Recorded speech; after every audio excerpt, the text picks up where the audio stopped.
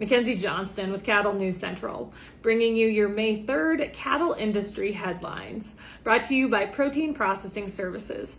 Building or expanding a meat processing facility is not an easy task, as we all know.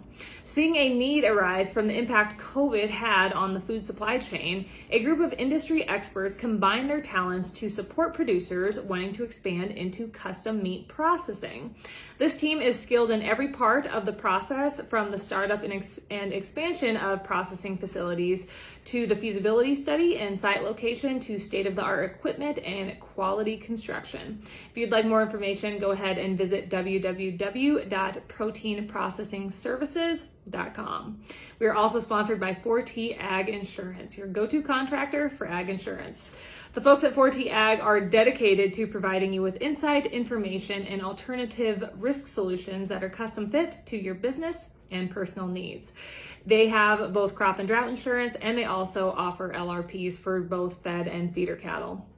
If you'd like more information, go ahead and visit www.4tag.net. That is the number 4, TAG.net. And finally, American Beef Producer Magazine. They offer in-depth articles on a wide variety of topics in our industry. They feature award-winning photography and so much more within their publication. Their May issue is currently out. If you'd like to check that out, all you got to do is click on the American Beef Producer link above in the caption. That is going to take you over to their Facebook page where you can do just that. American Beef Producer Magazine, guiding beef producers for over 25 years. Fox News has reported that on Sunday, U.S. Agency for International Development Chief Samantha Power told ABC's George Stephanopoulos on This Week that the global food shortage crisis will push farmers towards green energy. She went on to say that we need to never let any crisis go to waste. Basically, what she is saying here is echoing what many Biden officials have been pushing for quite some time, that we need to make the most out of this war between Russia and Ukraine so the Biden administration can push their green agenda. Power said the fertilizer shortages that have resulted from the war is giving farmers the opportunity to quickly transition from fertilizer to more natural resources. Back in March, President Biden's Energy Secretary, Jennifer Granholm, made similar remarks when she pushed Congress to use this crisis to pass clean energy legislation and to wean off fossil fuels. And how is that going for this country? Let's take a step back and look at fuel prices and see how that's impacting everything that consumers are buying, how that is impacting inflation. Let's see how that's going. And speaking of fuel prices, Fox News has also reported that the price of diesel has hit an all-time high here in the United States. Would you imagine that?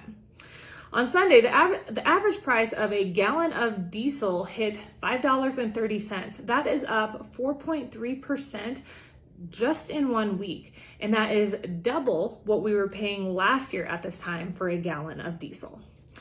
Of course, gas prices, they are also sky high. On Sunday, the average price for a gallon of gas was $4.19. This is actually down from the all-time high that we saw back on March 11th of $4.33 per gallon, according to AAA.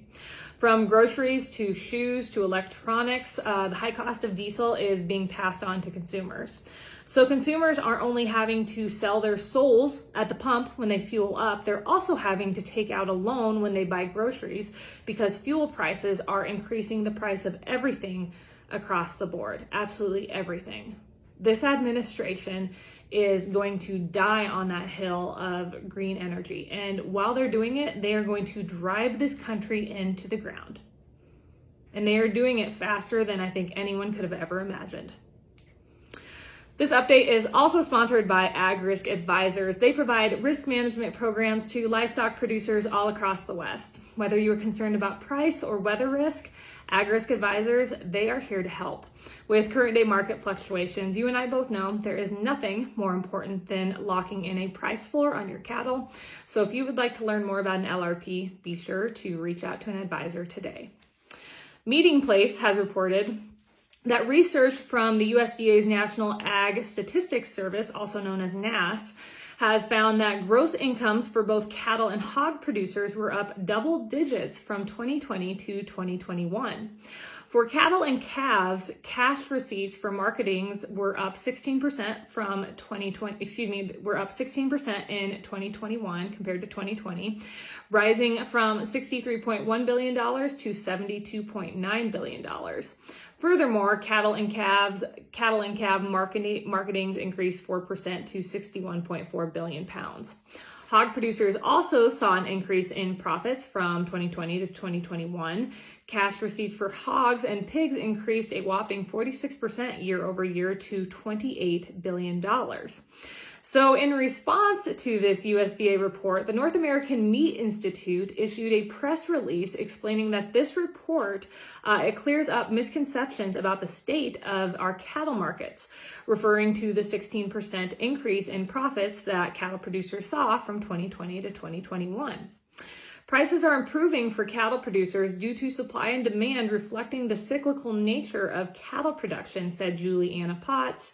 And of course, we know she is the CEO and president of the North American Meat Institute. Cattle prices today are the highest they have been since the record highs in 2014 and 2015, said Potts.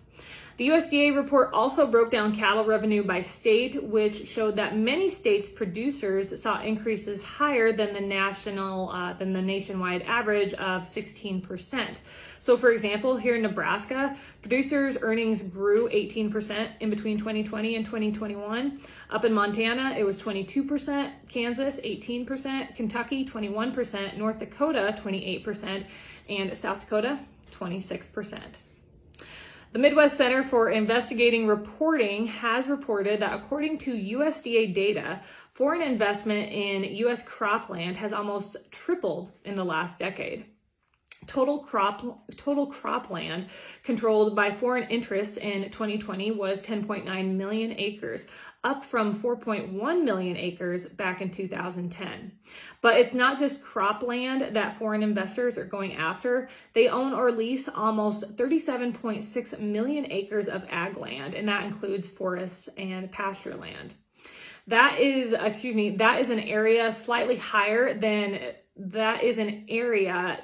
larger than the state of Illinois, and it makes up 2.9% of all privately held land here in the United States.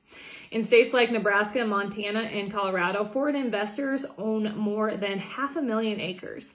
In North Dakota, South Dakota, and Wyoming, foreign investors, they only own 250,000 to 500,000 acres, so not quite as many acres in those states. This growing level of foreign ownership has resulted in 3 bills being considered in Congress, which would require additional review of foreign investment, which we obviously need. Senator Chuck Grassley of Iowa has been one of the leading voices concerned about foreign ownership of ag land. According to Grassley, America's young farmers will struggle to replace an aging farm population if farmland continues to become an investment. And finally, some good news for your Tuesday. According to Shaylee Stewart with DTN Progressive Farmer, last week, the highest volume of cash trade was traded since 2020, 135,000 head. 63% of those cattle were committed for nearby delivery, while the remaining 37% were committed for deferred delivery. Over the past 2 weeks, negotiated cash trade has totaled a whopping 246,000 head. Some good news finally to end this update with. That is all I have for you guys this morning. I hope you guys caught some rain on Monday. I think we probably caught another inch or so. It was a chilly day, but cannot complain about more moisture. Hope you all have a tremendous Tuesday. I'll catch you later.